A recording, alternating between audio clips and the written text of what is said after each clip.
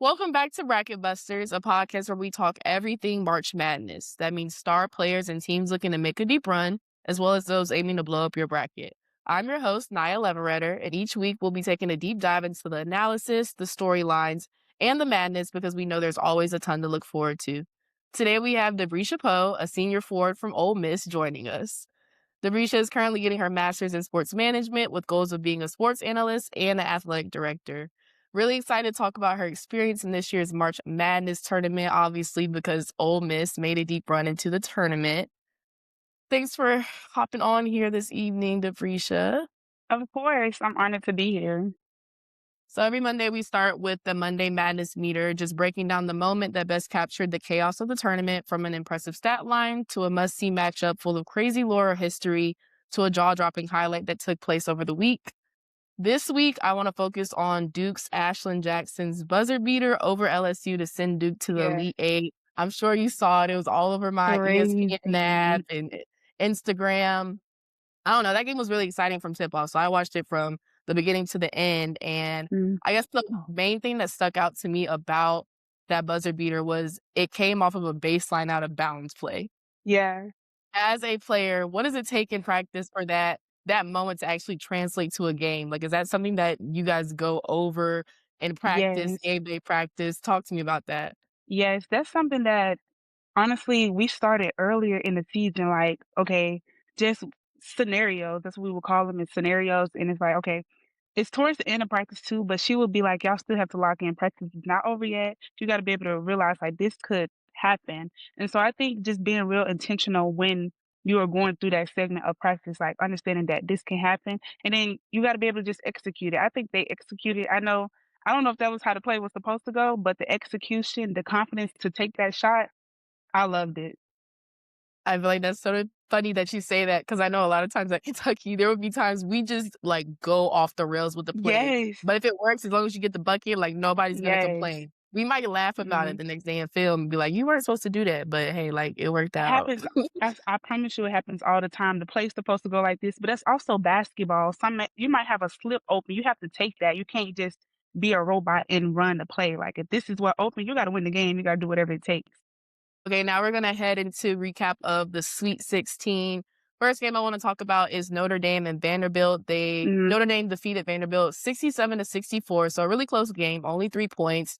I want to talk about Hannah Hidalgo, a triple Mm. double and 10 steals. I know you guys played Notre Dame a little bit earlier in the Yeah. season. What were some of the keys to victory in that game that you think Vanderbilt might have struggled with? I think honestly, for one, Hannah Hidalgo is a dog. I think when you playing against Notre Dame, that she's one of the main. That's the main person you talk about. Is she's everywhere defensively. She's everywhere and somewhere. Like she just be everywhere, all over the court. And so I think one of the things when we played them, because they got up on us, we was down going into the half. They made a big run. They outscored us like 26-14. And so it's just we had to hone in on our defense. We know Hannah is going to score, but we can't allow everybody else to be a factor in it. So we had to really lock in on what she was doing, but then also take away her other options to kind of isolate her. So she was a dog in that game, and I know for us, we had to hone in on what we do. Our identity is defense, so we dictate, we disrupt, and then also we rebounded very well. I went back and looked at that game. We out rebounded them 42-27. That made a difference. We was on the glass, and so we had to take pride in second chance shots. You might not make the first one, but we need everybody on the glass because that's where they struggled at against us, is keeping us off the boards. That's so real. The last episode, I had one of my assistant coaches from Kentucky on, and we were just talking about how soon as a timeout is called, one of the first things they tell us when we sit down is they have the board of like how many Yep. rebounds we have compared to them. So Mhm. no, that's the truth. Rebounds make a very big difference. Yes. The next game I want to talk about is Louisville versus Michigan. Michigan won 71-52, but they had a slow start. Louisville came out gunning. I mean, there was a stat during the game that showed Mhm. some of their points that came off passes and like not off the dribble. A lot of the people in the game were just talking about the importance of ball movement because they Yep. controlled most of the game just because they were moving the ball, and Mhm. Michigan couldn't keep up defensively. But like you were saying, basketball is a game of runs. Yeah. Michigan went on an 18-0 run later on in the game and then ended up winning. Mhm. After that, I wanted to talk about Virginia versus TCU. Mhm. aside from like on the court, something I wanted to highlight that came to my attention after this game was just the impact of investing in women's sports. I know you said you want to become a athletic director, so I'm sure that's a hot topic right now um, in your career. But I saw something on Twitter that basically said there was a large donation made to like their NIL sector and program or fund at Virginia, and just kind of like the turnaround that they've had this season. So I'm sure they've made program supporters and alumni really happy, Mhm. but obviously, they took a fall to TCU. Olivia Miles and Marta Suarez, both of them combined or scored all 79 of their points in that game. I mean, I talk on this podcast a lot about dynamic duos, but Yeah. Virginia definitely had their hands full that night, which was kind of sad though too, because I know Virginia is like the Cinderella team this season. Yes. Like, okay, moving on to recap the Elite Eight. TCU versus South Carolina. South Carolina won Mhm. 78 to 52. As I was watching this game, I guess the defensive pressure from TCU was something that stuck out to me. Early in the first quarter, Olivia Miles ended up having 2 fouls very Mhm. early into the game. And again, Olivia Miles very important to the success of the Yes. team. But her coach allowed her to stay in after those 2 fouls. And like you said earlier, you come from a team that harps on defense. How is that trust built to stay on the floor and deliver throughout the season? Honestly, I think that comes with her maturity too, because not many players can still focus. Like you got 2 fouls, it's kind of hard to still be able to like play as aggressive on defense. And so I think you have to be able to trust in your defensive techniques. You know, you have to be smart, but you still have to play defense. You have to be able to pressure the ball still. And I just think it comes from a lot of her maturity as a player because as a freshman, I don't know if you can have that same mindset to still guard the same way you do versus when you've had experience in the playing basketball before. So I think a lot of that comes from her maturity. And then also, like you said, it is built on trust. They trust her. They understand that she's going to still give them everything she got. She wants to win the game. It's the Elite Eight. So yeah, they you could tell they trusted her and they believed in her and they knew that she would still come and deliver. No, that's real. Like you said, if I was in that situation, I would have been on the bench because after 2 fouls, Yep. after the I'm first getting my one, third I would have one. been on the bench. Yeah. Just sub myself out. Just come get Yeah. me. Because you know it's the second one is coming real quick. I promise No, you. that's real. And like you said, the maturity, because that's something you really do just have to develop. I feel like even coming out of high school, learning what a foul looks like in Yes. college compared to high school, that is also Mhm. a transition in itself. So Yeah, and definitely a discipline. sign of They don't in maturity. high school, you can just do whatever. When you get to college, you really have to be disciplined. Like, your coaches, especially if they need you on the court, you have to really take pride in being disciplined on defense. That actually reminds me too, because I think the way we met was at the SEC Leadership Council, Yep, and they stats. have referees come in to talk to us. Yeah, No, that's real. I'm glad it will report it back to our teams like, "Hey, guys, this is how they're gonna be calling it this year, yep. so, like, no The hand checks, hot charge stove." rule. Okay, next I wanna get into UConn versus Notre Dame. Mm, UConn won 70 to 52. This is UConn's 25th Final Four in program ooh, history. We all know very well just the prestigiousness of UConn. I will say it was really fun to watch Hannah Hidalgo, like I said, who never goes down without a fight, just a three-level yeah, scorer. And in my brain, I'm just thinking a lot of these plays and possessions that Notre Dame had, the ball is in Hannah Hidalgo's hand. right. She's bringing the ball up the floor. She's the floor general. So what does it feel like as a guard to have the ball in your hands during a tough game like that matchup? I just think you're embracing the moment. That's what you want, especially when you're a dog, when you're a competitor. That's not something that you shy away from. I played Cody McMahon. She was my teammate this year. I love her. You can just kind of see her flip the switch. Like when it comes to game time, she's ready. She's not backing down from it. She wants all the smoke. And I think that's what Hannah does. That's how she kind of played with that level of just she's a dog. She's not afraid to have the ball in her hand. She's willing to take the big shot. She's going to make the big pass, like, she's not afraid of those moments, and yeah, I just love that. I think embracing that, that's what makes the game so fun. Next, I want to move on to UCLA and Duke. UCLA won Mhm. 70 to 58. When I'm talking about UCLA, I never forget to bring up Lauren Betts. I mean, she had 23 points, 10 rebounds. I will say the third quarter is kind of what finished Duke with it because they went into halftime. They had the lead, and then in the 3rd quarter, they were outscored by 12 points. And then do you Mhm. wanna guess how many points they lost by? 12 points. Mhm. No. So, I guess how important is it to understand the margin of error as we go deeper into these rounds? Because, I mean, all these teams are elite at this point. This is the cream Yeah. cream, so One of the things Coach Yo used talked about this past season, like when we were going to the half, is what are these next five, this first 4 minutes, these first 5 minutes going into this third quarter is going to shape the game. So how you come out, the type of energy you bring, that matters. Like I've been saying, basketball is a game of runs, but who's going to punch in the third quarter? The first half is over now. You can have your run in the first half, but now that first 4 minutes, everybody wants it, but can you withstand it?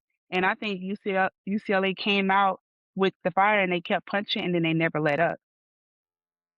I feel like all of our coaches must go to, like, the same conference of, like, Yeah. phrases and things to say because I feel like I'm sitting Mhm. back in the film room listening to a coach right now. Because no, the Mhm. you wanna throw the first punch, you have to Yep. sustain the energy the entirety of the game, not just the first, Mhm. second quarter, the Exactly. entirety of it. Because you and I both know it can change in the blink of an eye. Real quick. No. Texas and Michigan. Texas won 77 to 41. Madison Mhm. Booker and Rory Harmon, another dynamic duo that consistently Yep. shows up for the Longhorns. Um, I feel like this one shocked me because it was a number 1 and number 2 seed, but it was still almost over a 30-point blowout. Yes. So, I mean, what was your initial reaction? Like, were you shocked by this? Or you've played Mhm. Texas before, so you know Mhm. how insanely talented they are this Honestly, year. I wasn't shocked at all. I Texas plays defense. I mean, they held them to 41 points. It is hard to score against Texas. You use so much of your energy with trying to at least get the ball past half court because they're guarding you, they're face guarding you. You have to work to even just to get open. So now by the time you get past half court, about 10 seconds, excuse me, has already ran off the clock. Now you're trying to execute a play, but they're disrupting the play, now you gotta take a quick shot. Like, you're just always feeling unsettled when you're playing against them, and you can tell watching that Michigan game, the shots when they would have a good look, they were so tired they couldn't even finish. So, I wasn't surprised by that. Texas plays really like, their defense is outstanding. That's so interesting coming from a team who's also just immensely pressuring at defense. So, no, for you Yeah, to no. say that, that means a lot. So I could only imagine playing against them this year. Yes, Um, Now, obviously, leading up to this weekend, the Final Four, I feel like everybody on my social media right now is like at the airport on the way to Phoenix. My they dad's are. headed there. Bunch of people I know. I'm like, man, guys, like I wish I was done with school so I Me could too. go. I wanna go so bad. Okay, so first we have South Carolina versus UConn. Mm, This year is so strange, and when I was doing my research, I was like, "Wait a minute, they didn't play each other this year in the regular season. This is the first time in 11 years that they haven't played each other." I'm so So excited. when I was thinking about differences UConn will have to be aware of from this year's South Carolina team versus last year's, I realized there's, like, so much more guard play. They're gonna have their Yes. hands full because a lot of their power does come from their guards. Mhm. It makes their offense a lot more versatile, and a Yep. lot of roles are interchangeable, so that's something that I think UConn is gonna initially struggle with, but again, UConn's coming in undefeated, has played a bunch of teams that are also guard heavy, so it'll be interesting to see how it works out, but what are your thoughts on that? Honestly, you took it right out of that's what I'm thinking too. South Carolina is so fun to watch this year because I was kinda writing it down.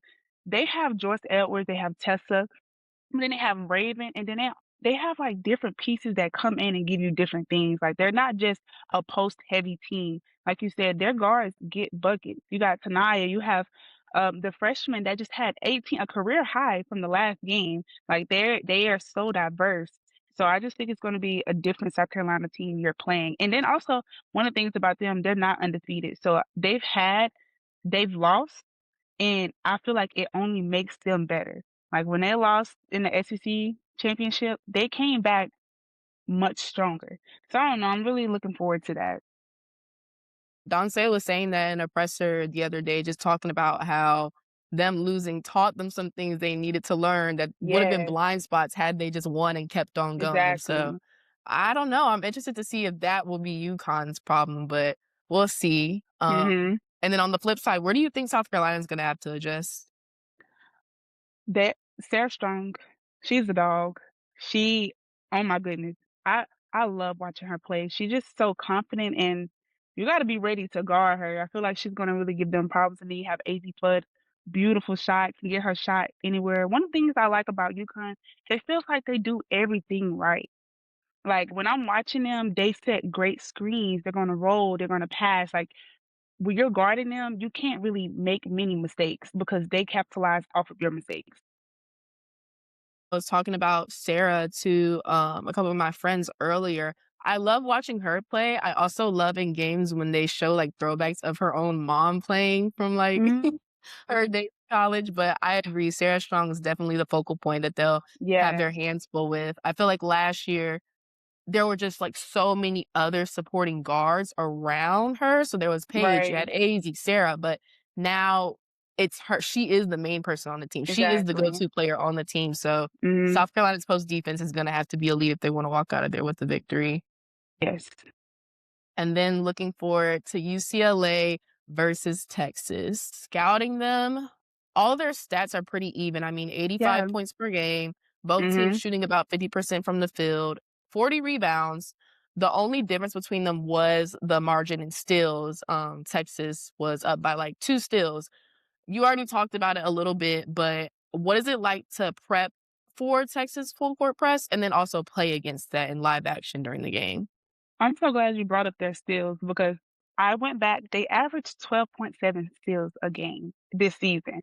One of the things they do, they pressure heavy. So in practice, we was doing scenarios like our practice players are picking us up full court, not letting us get the ball. Like just that is the main thing you focus on is getting the ball, getting first off, getting the ball inbound and then being able to handle the pressure. Even once you go to execute plays, they're always denying. How can you get in their chest, make sure you get open because one person shouldn't stop you from getting the ball. That's kind of what the prep looks like. But then it's even harder in the games because your heart rate is up.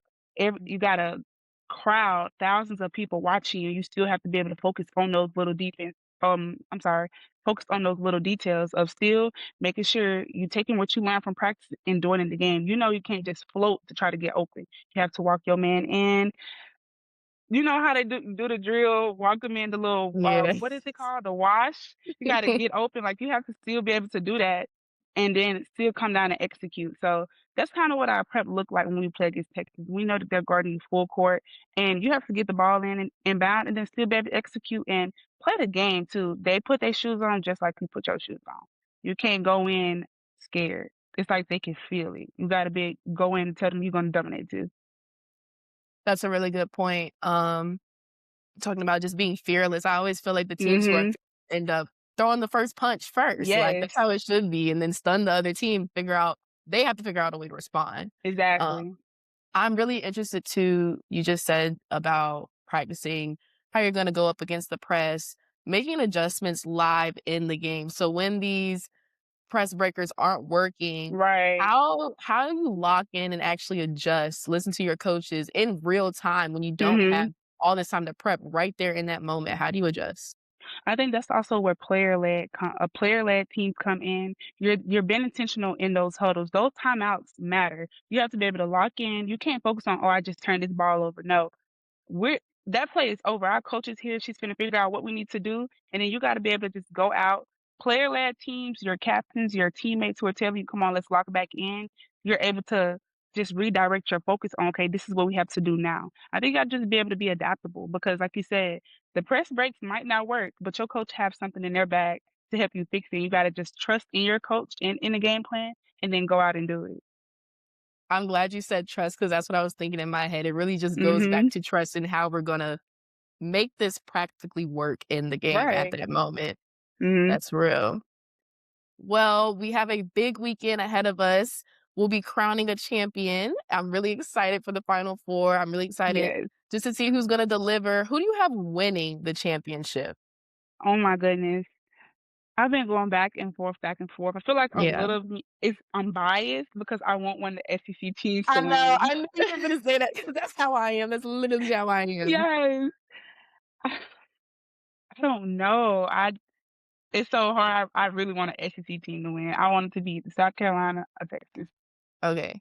I have Texas. I've had them as my winner since the beginning, like, even through the Really? seconds yeah, I have the entire They've time. been on a roll. I They've been turning up. honestly I just feel like even since SEC tournament, I just feel like, yes, "Hey, they got hey." that little oomph about them, like, Yeah. they want this.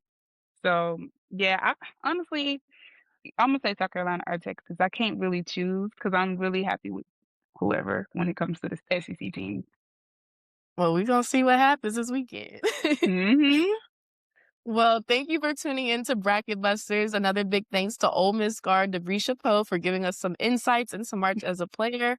I'm your host, Nia Leveretter, and we'll see you next week after a winner's crown right here on Bracket Busters, presented by 5 Wins. Okay, Pierre.